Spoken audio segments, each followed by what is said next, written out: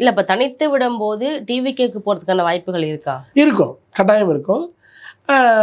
அப்படி கட்டாயம் இருக்கும்போது அரசியலில் ஒரு பெரிய மாற்றத்தை உண்டு பண்ண முடியாது.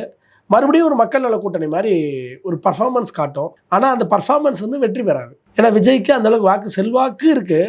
அதாவது வாக்கு செல்வாக்கு என்பது ஒரு 20,000 அளவுக்கு ஒரு வாக்கு ஒரு தொகுதிக்கு வாங்கலாம் அப்படின்னு நம்ம கணிக்கப்படுது, நிரூபிக்கப்படலை. ஆனால் அந்த கணிப்பே 20,000ங்கிறது மிகப்பெரிய வாக்கு சதவீதம். தமிழ்நாட்டு அரசியலில் அதிகபட்சமாக விஜயகாந்த் வந்து 8% வாங்கினார். வைகோ உள்ள வரும்போது 6% தான் வாங்கினார்.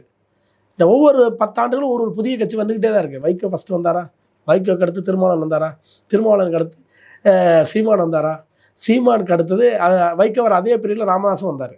ராமதாஸ் மட்டும் தான் நிற்கிறார் இன்றைக்கி வரைக்கும். ஏன் நிற்கிறாருன்னா அவர்களும் ஒரு ஜாதிய பின்னணி இருக்குது, அதனால் நிற்கிறார். மற்றபடி நிற்கலை. சீமானும் ஒரு தமிழ் தேசிய இனத்துடைய, அதாவது ஒவ்வொரு கட்சிக்கும் ஒரு உயிரோட்டம் இருக்குது, அது நிற்கிது. வைகோ வந்து அந்த பழைய பலத்தில் இல்லை, செல்வாக்கு சரிஞ்சு தான் இருக்காரு, செல்வாக்கு சரிஞ்சிருக்கு. விஜயகாந்த் அவர்களும் ஏறத்தாழ அந்த தேமுதிகவும் அந்த நிலைமை தான். அடுத்து இப்போ புதுசாக விஜய் வந்திருக்காரு. விஜய் அவர்களும் அடுத்து 10 ஆண்டில் பார்த்தா இன்னும் ஒரு புதிய முகம் வரும். ஏன்னா எல்லாமே எம்ஜிஆர் மாதிரி வந்துட முடியாது.